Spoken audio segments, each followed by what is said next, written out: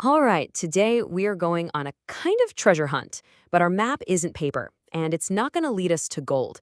It's a 600-year-old Korean poem that, believe it or not, holds a secret to living a happier life. So we're going to decode it piece by piece and see what this ancient wisdom has to teach us right here, right now. So, here it is. This is our map. Now, before we even get into what it means, I just want you to listen to the sound of it. Let the rhythm of these ancient Korean characters wash over you.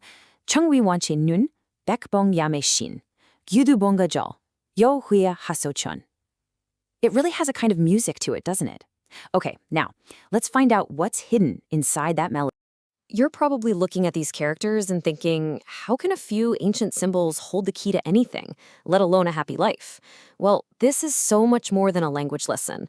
Think of it as putting on a new pair of glasses and seeing the world through the eyes of Joseon Dynasty scholars who saw incredible value in living simply and being in tune with nature.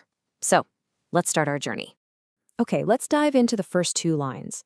The poet starts by literally painting a picture for us, using these characters like their brush strokes to show us a world that's just beginning to wake up from a long, cold winter.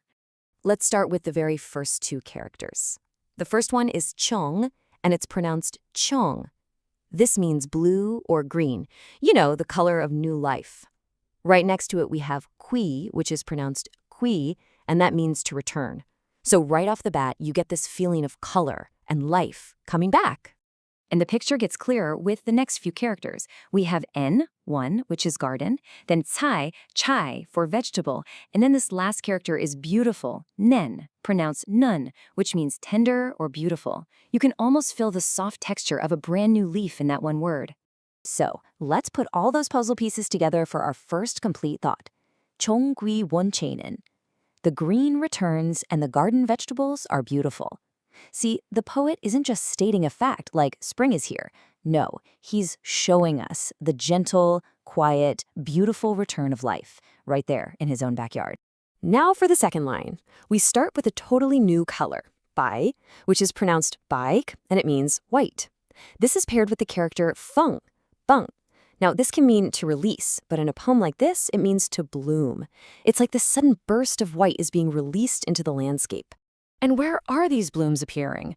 In the ya, which means a wild field. What are they? They're May, plum blossoms. And plum blossoms are this incredible symbol of resilience because they often bloom while there's still snow on the ground. And that last character, Shin, just tells us that they are new. It's a fresh start. Let's put that line together. Baebong yame shin. The white blooms and the wild plum blossoms are new. I mean, this is brilliant. In just two lines, we've gone from the tender green of the controlled domestic garden to the vibrant, resilient white of the wild. The poet is showing us this whole world in perfect, beautiful balance. So, we've seen the world through the poet's eyes. We see what he sees. But what's he feeling? Well, the next two lines are where we go from the outside world and step inside, into his home and into his heart. This is where we find the real treasure. Now, this next line hinges on a really fascinating term. Judo, pronounced gyudu. Literally, it just means a simple hut, but it means so much more than that. It stands for a deliberate choice, a choice to live a simple, content life, away from the hustle of chasing money or power. It's a whole philosophy. So this is the setting, not some grand palace, but a gyudu, a humble place like this. And it's from right here that the poet is watching the world, feeling totally connected to the cycles of nature he just described. And this brings us to the third line, gyudubongajo. In my humble hut, I meet this fine season. Now, pay close attention to the wording here. He doesn't say he's stuck in his hut. He says this is where he meets the season, like an old friend. The simplicity of his home isn't holding him back. It's actually what allows him to experience this joy so purely. So how does he celebrate this moment? Oh, this next part is just wonderful. The term is yaohui, pronounced yo-hui. You see, in Hanja poetry, the best characters have layers of meaning. Yaohui can be the beautiful jade-like bridge on a gayagem, which is a traditional Korean instrument. But, and this is the cool part, it can also be a poetic way to talk about a beautiful piece of writing, like the very poem we're reading right now. Take a look. This is the gayagem. You see those delicate little white bridges holding up the strings? That is the yozhui. It's the part that helps create the beautiful sound. So whether he's using music or he's using words, the poet is using his own instrument of beauty to express the joy he feels.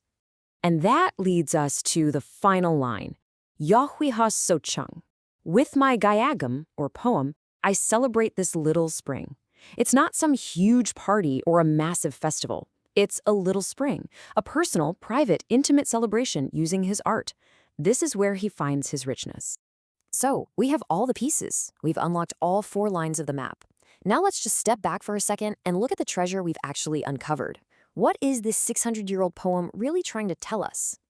When you get right down to it, the poem gives us a choice. It lays out 2 paths. There's the path of worldly values, chasing wealth, big celebrations, more stuff.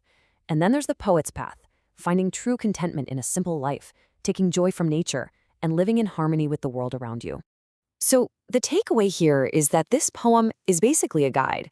It's teaching us the true beauty is just watching the world wake up. It's telling us that happiness is a state of mind, not the state of your bank account. And it reminds us to find our place in the rhythm of nature and to use our own creativity, our own yohui, to celebrate the small, incredible gifts of life. And that really leaves us with one final thought. I mean, this wisdom is 600 years old, but it feels like it could have been written yesterday. The poem was asking us a question that echoes right down to today. In this world of constant noise and ambition and hustle, what is our gyudo?